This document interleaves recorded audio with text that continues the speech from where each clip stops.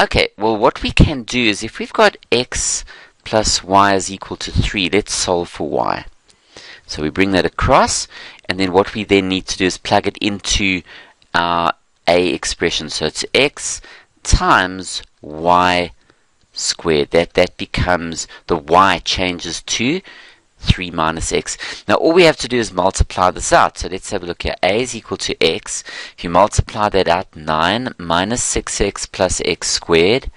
Okay, multiply it out and get an expression in terms of x.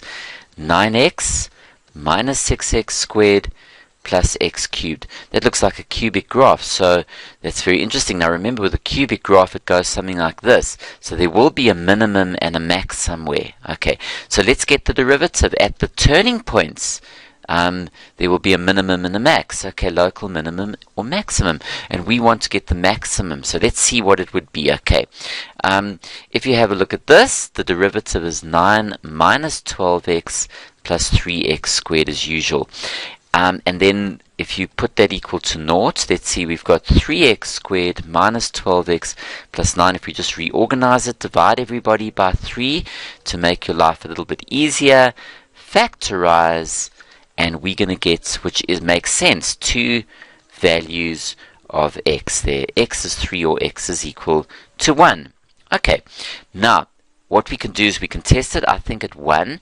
If you look at the cubic graph, which I showed you earlier here, it seems that at 1, there's at 1, the lower x value, there will be a maximum. So you could use that argument, or you could just plug in. You could say, well, look, if you take x is equal to 3, you can go into the expression. Look at that. That is going to be x into, let's just see, what was that expression there if we take it at the beginning? X 3 minus x all squared. So it's x into 3 minus the x all squared, which of course is naught. And if x is 1, let's go in. A is equal to x into 3 minus x all squared, which of course is 4.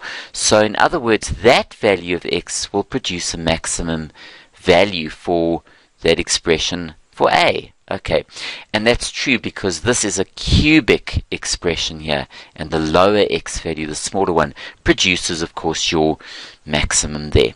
Okay, now stay with us, guys. In the next part of the lesson, we're going to be dealing with more optimization problems.